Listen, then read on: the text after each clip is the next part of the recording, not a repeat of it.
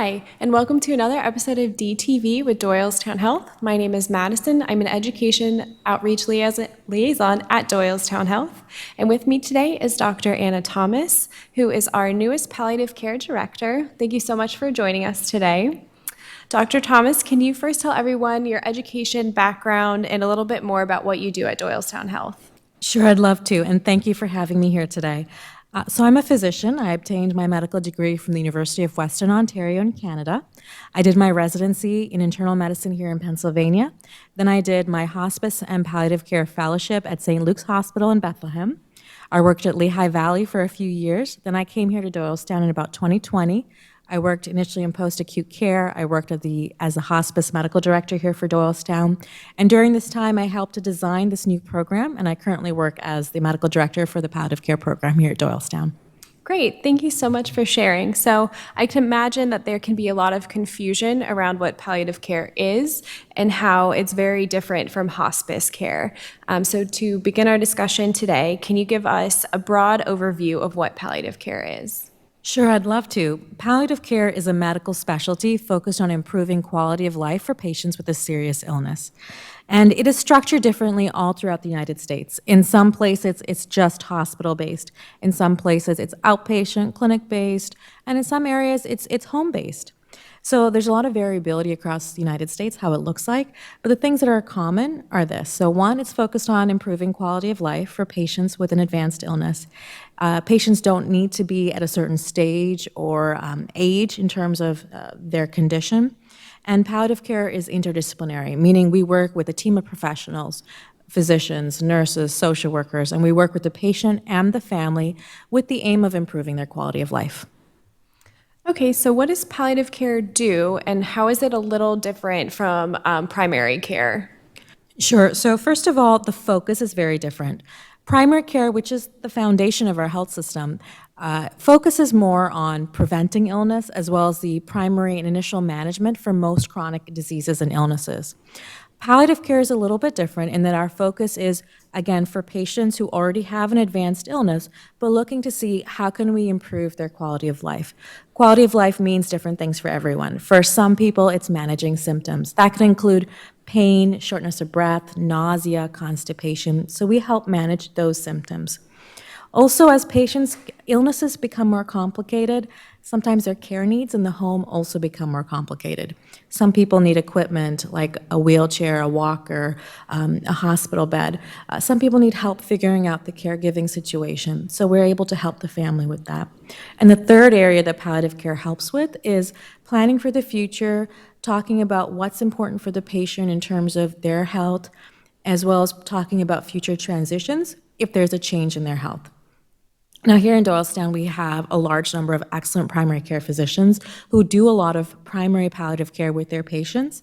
But of course, in a busy primary care physician's office, when you only have 10 or 15 minutes, it's hard to really spend the time and go through all of these different aspects of their care. And so for patients who have advanced illness and are really struggling with symptoms or with caregiving needs, it's really helpful to have the support of a palliative care program because we can spend a lot more time with them to really delve into those issues. And I should mention, we don't replace any of their physicians. So their primary care doctor is still their primary, their cardiologist, their lung doctor, those are still their specialists for those specific conditions. We work as a support for the patient, the family, as well as the team. All right, that's wonderful. So you did say that palliative care can look a little bit different in different parts of the country. So what does Doylestown Health's primary care team look like? Sure, Doylestown's palliative care program is still fairly new. We're about a year old now. Our program is completely community-based, so we are in the home setting for patients who are not able to get into the office. We're in the office setting, and we also go into long-term care. So our office is located on 4259 West Swamp Road, Suite 303. That's where we see the bulk of our patients. Some of our patients are completely homebound. Maybe they're wheelchair-bound, bed-bound, or physically they're not able to get in. So all members of our team are able to do home visits. And then we also go into Pine Run, into their long-term care setting. Our focus, like I mentioned, is on managing distressing symptoms, on assisting the family with any of their complex care needs, caregiving needs in the home setting, and then discussing goals of care and transitions as appropriate. So who is a part of this palliative care team? We have a very small team. It's a team of 4. So there's myself, I'm Dr. Thomas, I'm a board-certified hospice and palliative care physician. Diane Fox is our certified nurse practitioner. She comes to us with a wealth of geriatric and palliative care experience. Laura Trobosinski is our medical social worker, and Kimberly Morano is our registered nurse. And patients and families can expect to either see or hear from all members of our team during their time with us.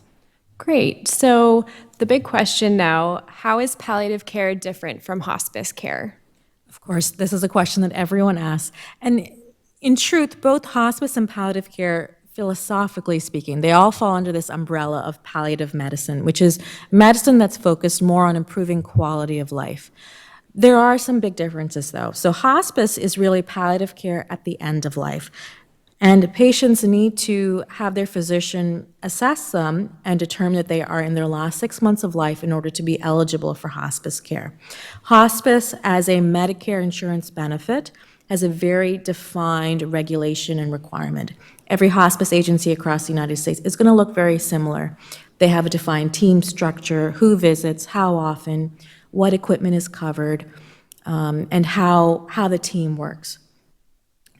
Patients who are in their last 6 months of life or who have an advanced illness who choose not to pursue aggressive treatment. For example, someone with a cancer diagnosis who chooses not to pursue chemotherapy, for example, they might be eligible for hospice care as determined by their physician. And when a patient or family elects that hospice benefit, they understand that they are now no longer going to be pursuing aggressive treatment for their illness, whether it's cancer or heart disease. So they would have to forego investigations, treatment, hospitalization related to their hospice illness. In contrast, palliative care doesn't have a defined time period. So a patient could just have been diagnosed. And ideally, palliative care is involved early on in that person's illness journey. And we may be involved with that patient for years before they get to that last 6 months of their life. So there's no defined time period. And because palliative care is so variable across the United States, there might be some differences in terms of how it's structured. But the things that are common is that, again, we're focusing on quality of life. We're supporting the patient and the family. And if a patient their condition changes and they do want to consider transitioning to hospice, palliative care is going to be able to help them make that transition. Okay, great. So what are the common illnesses that you see for people receiving palliative care, and is it only for cancer patients? This is a common misperception. So about 40% of our patient population includes patients with cancer diagnoses, and these patients are continuing to get, their chemo, radiation, whatever treatments that they need. But the remaining 60% includes patients with other diagnoses, such as heart disease, congestive heart failure, coronary artery disease, advanced lung disease such as COPD or pulmonary fibrosis, dementia diagnoses, Parkinson's, ALS, vascular disease. So there's a range of diagnoses for which a person might be eligible for palliative care. Okay, so who is eligible for palliative care? So one, they have some sort of advanced illness, as I mentioned, but in addition to that, they have something that we can help with. So they're either having distressing symptoms, pain, shortness of breath, anxiety, or the caregiving situation is becoming complicated and they need help with that, help figuring that out. Or thirdly, they need time to discuss what's important to them, what their goals are, and discussing transitions in the future. So what would the main benefits of receiving palliative care be? So there's actually an excellent study published in the New England Journal of Medicine about 10 years ago, and it looked at patients with advanced cancer, so that was stage 4 lung cancer that was metastatic, and some of those patients received the best quality cancer care, and the other group of patients received also best quality cancer care, but they also received the support of a palliative care team. And what they found is that the patients who had that support of the palliative care team, they lived longer, and they had less symptoms. So the patient had less depression, less distressing symptoms. They felt supported. The family felt supported. And since then, there have been a number of studies, again, validating the same point in other diagnoses, not just cancer, but also heart disease, lung disease. And it really emphasizes what the purpose of palliative care is, which is to help the patient and their family really live their best life. So how long does palliative care last, and do people always go straight from palliative care to hospice care? No, not necessarily. So palliative care can last for really as long as the patient and family want our services. If that patient were to transition to hospice care, or if they were to move out of our geographical area, palliative care services would end. But again, palliative care is really meant to be following the patient along their journey of their illness, and it could be right at the time that they are diagnosed. So there might be some patients who perhaps they have a cancer diagnosis, and then they go into remission and they don't have a lot of symptoms, they don't have a lot of needs at that point from our end, and they might be able to discontinue palliative care services. Okay. So does insurance cover palliative care? Absolutely. So it is covered by insurances. It is considered a medical specialty. So if a patient's insurance requires a copay when they go see a specialist, such as a cardiologist, for example, that same copay would apply when they come to see us. Either myself or the nurse practitioner, when those visits occur, there'd be a copay involved. So what kinds of questions should someone ask when they're at their provider about palliative care if they think it might be good for them? Sure. So I encourage all patients to have a serious conversation with either their primary care doctor or their oncologist or their cardiologist, whoever's the doctor who's most involved in their care, who has a good understanding of their illness, to really ask them, what's the status of their illness? Where are things going? What can they anticipate in terms of where the illness is progressing over time? And if you or your loved one, you have an advanced illness and you're struggling, perhaps you have a lot of symptoms or the home situation is becoming more and more complicated, please ask your primary care doctor for a referral to palliative care. So Dr. Thomas, can you give me an example of how the palliative care team fits in with the rest of a patient's care team? Sure.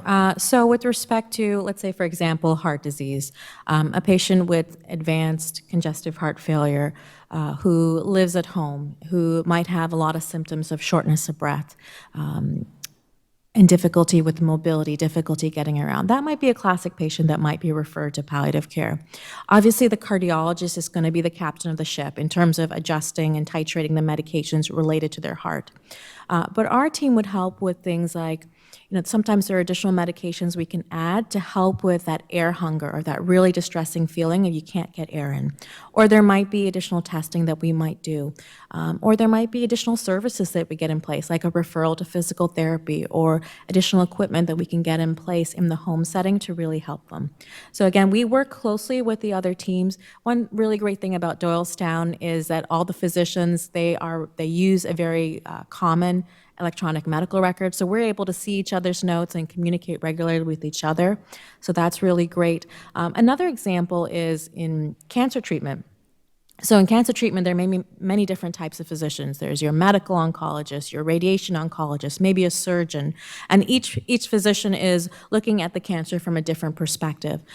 Our perspective is managing their pain and their symptoms so they can continue to get all of their treatments. So we would correspond regularly with their other physicians so they know exactly what we're doing, and if they have any questions or concerns, we're able to communicate regularly.